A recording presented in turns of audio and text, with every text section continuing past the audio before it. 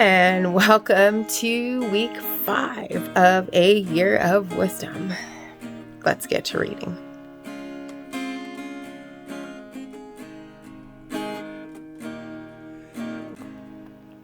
Day 29.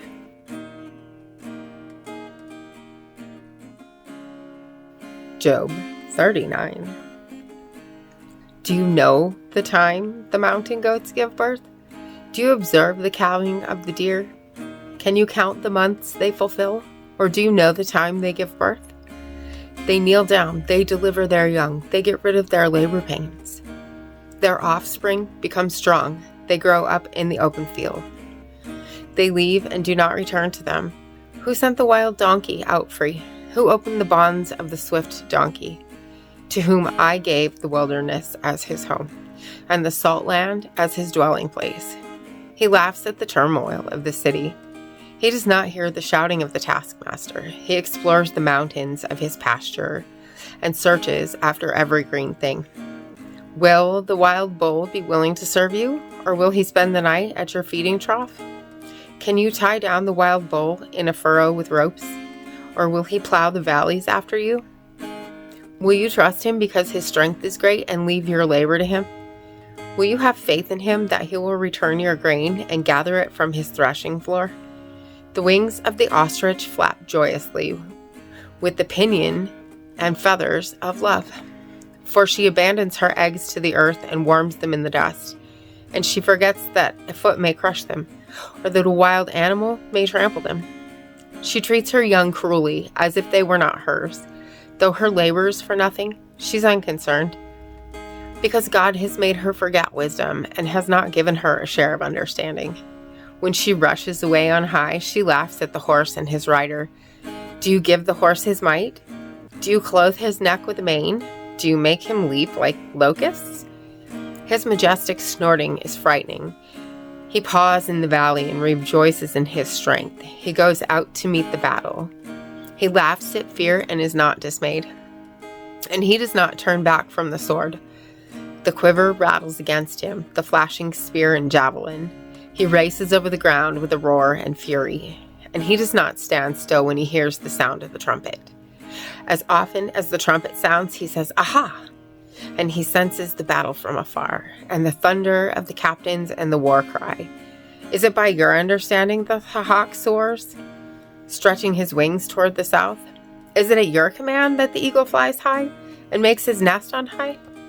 He dwells and spends his nights on the cliff, on the rocky cliff, an inaccessible place. From there, he tracks food. His eyes look at it from afar. His young ones also lick up blood greedily. And where the slain are, there he is. Proverbs 29. A person often rebuked who becomes obstinate will suddenly be broken beyond remedy. When the righteous increase, the people rejoice. But when a wicked person rules, people groan. A man who loves wisdom makes his father glad, but he who involves himself with prostitutes wastes his wealth. The king gives stability to the land by justice, but a person who takes bribes ruins it. A man who flatters his neighbor is spreading a net for his steps. By wrongdoings, an evil person is ensnared, but the righteous sings and rejoices. The righteous is concerned for the right of the poor. The wicked does not understand such concern. Arrogant people inflame a city, but wise people turn away anger. When a wise person has a controversy with a foolish person, the foolish person either rages or laughs, and there is no rest. People of bloodshed hate the blameless person, but the upright are concerned for his life. A fool always loses his temper, but a wise person holds it back. If a ruler pays attention to falsehood, all his ministers become wicked. The poor person and the oppressor have this in common. The Lord gives light to the eyes of both. If a king judges the poor with truth, his throne will be established forever. The rod and a rebuke give wisdom, but a child who gets his own way brings shame to his mother.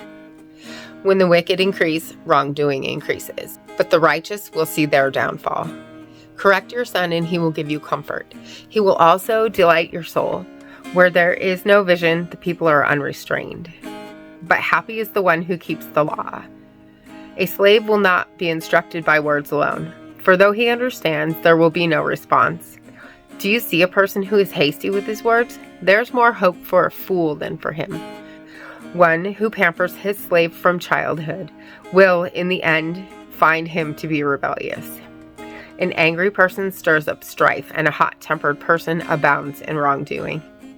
A person's pride will bring him low, but a humble spirit will obtain honor. One who is a partner with a thief hates his own life. He hears the oath, but tells nothing. The fear of man brings a snare, but one who trusts in the Lord will be protected.